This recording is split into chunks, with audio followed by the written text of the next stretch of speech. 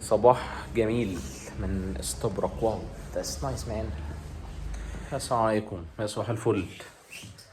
دلوقتي صحينا صلينا ولسه ما قرأناش، ومفروض هنتجه للشغل دلوقتي. الساعة بقت 7:10. بحب انزل بدري عشان مواصلات، النهاردة اول يوم دراسة، ومتأخر عليكم في الفيديوهات ومتأخر عليكم في التحديات. التحدي الأولاني أنا مقصر فيه جدا للأسف، بالذات في حتة القراءة. الفترة اللي فاتت الواحد مسحول سحلة بنت لذينة يعني، ولكن فالواحد متأخر في التحدي عشان كده. كنت بعاقب نفسي بعقاب كده، مش عارف، حابب ان انا اطبقه يبقى ده العقاب الرسمي بتاع التحديات 2023، الا وهو ان انت تستحمى بميه ساقعه في التلج اللي احنا فيه دلوقتي. مش عارف انتوا هتبقوا قد الحوار ده ولا لا. جايز ان احنا نبطل مرقعه ونظبط شويه وهكذا. فكنت بفكر في الحته دي جدا يعني. دي النقطه التانية ان برضو حاسس ان في ناس برضو للاسف عندها لسه مشكله في موضوع الصحيان بدري وموضوع الصلاه على وقتها. فقلت برضو ان احنا ايه، ننبه بده، وان احنا نتكلم اكتر عنه، خاصه ان الواحد برضو الفتره اللي فاتت بسبب الانشغال وكلام زي ده ما كانش قادر ان هو يدي بشكل كويس في التحدي. فقررت ان احنا هنكمل في التحدي شويه، وممكن نزود بعض الحاجات ونبدأ التحدي التاني مع التحدي الأولاني. لأن هو التحدي مش مرتبط بكمية الحاجات اللي احنا هنعملها، لا، هو أهم حاجة إن احنا نحاول نطبق الحاجات دي عشان خاطر إن احنا نتغير ونحسن حياتنا زي ما احنا قلنا للأحسن. ومن أهم الحاجات اللي احنا هنبدأ نشتغل عليها الصلاة على وقتها، دي من أهم الحاجات اللي في الحياة. بالإضافة طبعا إن أنت تصحى بدري، بتلاقي بركة في يومك، بارك الله لأمتي في بكورها، الحديث الشريف. وكمان القراءة طبعا من الحاجات المهمة جدا يعني. فحاجات كتير مهمة في التحدي الأول بالذات، فمش شايف إن في مشكلة إن احنا نكمل. فيلا بينا نكمل يومنا ونكمل في بقية التحديات، ويلا بينا. يا أهلا وسهلا، وها نحن ذا عدنا. الشمس حلوة فقلت أقف شوية. وصلت طبعا بدري، الساعة دلوقتي 8، وكنت بتكلم مع صديق ليا كان معايا في الكلية من زمان ما اتكلمناش، وده بينقلنا لتحدي حلو جدا، وتحدي ممكن ان احنا نعمله وعملناه قبل كده طبعا، ويكون من ضمن التحديات اللي احنا ندخلها مع بعض في التحدي التاني، الا وهو ان انت تتواصل مع صديق. الحياة تلاهي، الحياة صعبة. هيفرق جدا وهيبقى جامد جدا ان انت تتواصل مع الناس اللي انت بقالك فترة ما تواصلتش معاهم. انا وصاحبي مثلا ممكن ما تقابلناش من حوالي 7-8 سنين، وبنتكلم في السنة مثلا مرتين او مرة على حسب الظروف.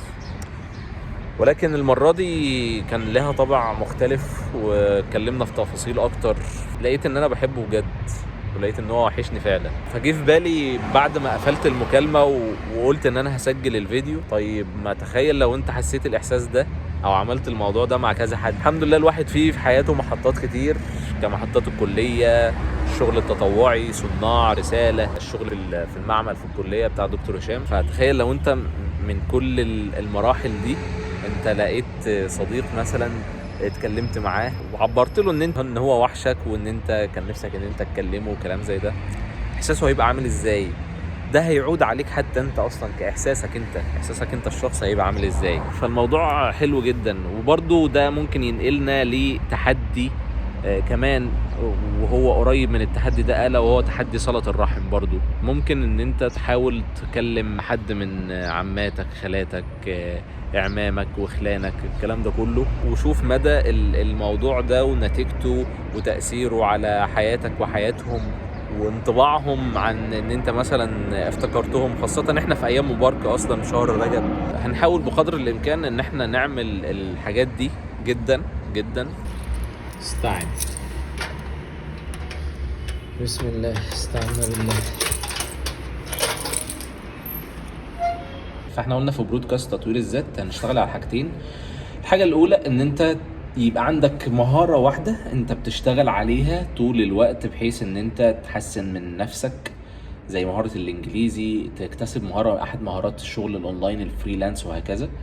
فده كان من ضمن الحاجات اللي احنا قلنا عليها. حاجة تانية برضو كان اللي هي لو انت عندك ممكن نسميها نقطة ضعف او ممكن نسميها عيب عندك مثلا او حاجة زي كده، ولنفترض مثلا انت بتنام كتير، بتكسل، عندك تشتت كتير، قلة التركيز والكلام ده. فهنحاول بقدر الامكان ان احنا نركز على الحاجتين دول. حبيت ان انا برضو ان انا اقولهم في الفيديو ده. فجزء مهم جدا زي ما احنا قلنا كده، التحدي التاني بتاعنا خلينا هنكتفي بالخمس حاجات دول، اللي هو تاني هنأكد عليهم تاني: الاستيقاظ مبكرا قبل الفجر، الصلاة على وقتها، التواصل مع الأصدقاء، وبعد كده صلة الرحم.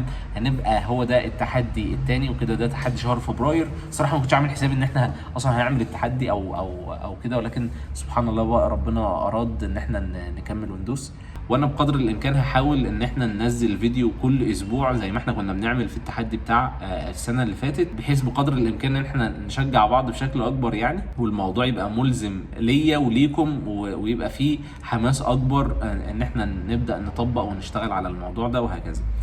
بحيث الهدف من التحدي وان احنا نقلناه ان هو يكون لفتره اطول، ان انت تقدر تستغله وان انت تعمله لفتره طويله بقدر الامكان لحد نهايه السنه، ويفضل مكمل معاك وهكذا يعني. فدي نقطه مهمه جدا. وهيضاف عليه الحاجات اللي انت كل شويه عمال بتعملها. عايزين ننقل الحاجات دي الى شكل العاده اليوميه اللي موجوده في حياتك. فلو انت مقصر زي في بعض الحاجات خلال الفترات اللي فاتت، تعالوا يلا نشجع بعض تاني. طيب دلوقتي يا عم عبد الرحمن، احنا دلوقتي في البرودكاست اللي احنا بنعمله احنا مش موجودين كجروبات او مجموعات او كلام زي ده، وانا قاصد ده. فاحنا هنعمل ايه؟ احنا عايزين نكون الشمعة المضيئة حوالين الناس اللي حوالينا. حاول بقدر الامكان ان انت الحاجات اللي احنا بنتعلمها في البرودكاست او كلام زي ده، لو انت مش هتشارك اصحابك او مش هتخلي اصحابك يشتركوا معانا في البرودكاست، حاول انت تنقل لهم الحاجات اللي انت بتتعلمها وبتستفادها. زي مثلا زي ما قلنا موضوع القراءة، ان انتوا تقرأوا مثلا كتاب سوا وتتناقشوا فيه، او ان انتوا تصلوا مع بعض، تشجعوا بعض على الصلاة. طب انت صليت ما صليتش، الكلام ده كله وهكذا. ان انتوا تصحوا مع بعض بدري. فدي هتكون من النقط الإيجابية ان انت تبدأ تخلي الموضوع ده حاجة متغلغلة في يومك وهكذا. ان شاء الله هنبقى هنا في استبرق نعمل ايفنت هنا قريب ان شاء الله، بس هيكون عدد صغير يعني، مش متوقع ان هيجي عدد كبير. وبعدين برضو نبقى نتحرك بقى في المحافظات، ربنا ييسر الحال ان شاء الله. هنعمل ايفنت عن ايه يا لوفا؟ الايفنت هيبقى عن الحاجات اللي احنا بنتكلم فيها، حاجات اللي علاقه بتطوير الذات. مثلا هحاول نربط تطوير الذات بموضوع الصحابه، عشان يبقى انا عايز اعمل البرودكاست كله يبقى هو ده الايفنت اللي هو هيكون حاجات لها علاقه بتطوير الذات، اللي احنا هنتكلم فيها في الشغل وفي الشغل الاونلاين، الثقافه الماليه، وهنتكلم فيه برضو حته السفر، وهنتكلم بقى نربط كل الحاجات دي مثلا بجزء من حياه الصحابه والسلف والتابعين وهكذا، بحيث ان احنا نبقى بنتكلم في الحاجات كلها ونبقى رابطين كله ببعضه، ويطلع الايفنت بشكل كويس. وطبعا هناخد بقى استفساراتكم وتساؤلاتكم حتى لو حاجات مالهاش علاقه بالايفنت نفسه، بحيث ان احنا نحاول ندردش مع بعض، خاصه ان هي هتكون اول مره بقى الموضوع هيبقى خاص بيا وان انا هعمله معاكم بس. ده اللي هحاول ان انا اعمله ونطبقه ان شاء الله. في لحد دلوقتي المفروض اعمله في القاهره هنا في استبرق، والمره الجايه هيكون في اسيوط، لان دي اكتر محافظه في ناس بتكلمني ان هي حابه ان احنا نعمل ايفنت هناك. بعد كده برضو هنشوف في ناس كلمتني في الاقصر واسوان وبني سويف وسوهاج، فهنشوف يعني. اعتقد سوهاج سهل ان هم يروحوا اسيوط يعني، فهنشوف ربنا ييسر الحال. يعني مش حابب اطول اكتر من كده عشان خاطر الفيديو ما يبقاش طويل عليكم، وطبعا خلاص هو كده بقى طويل. ونبدا نعمل المونتاج الجميل ونبدا التحدي. فيلا بينا. اتمنى الفيديو يكون عجبكم. لو انت ما اشتركتش في القناه ما تنساش تشترك في القناه وتسيب لنا رايك في التعليقات، ونشوفكم على خير في التحديات الجايه. والسلام عليكم.